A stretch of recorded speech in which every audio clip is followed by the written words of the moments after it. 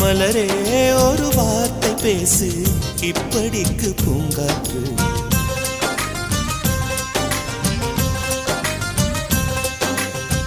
காற்று வந்து காது கடித்தும் இன்னும் என்ன மௌனமோ, மோதி வந்து முத்தம் இட்டால் மௌனம் தீருமோ.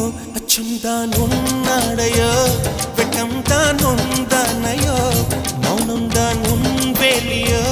செம்புவே வா வா வா வா.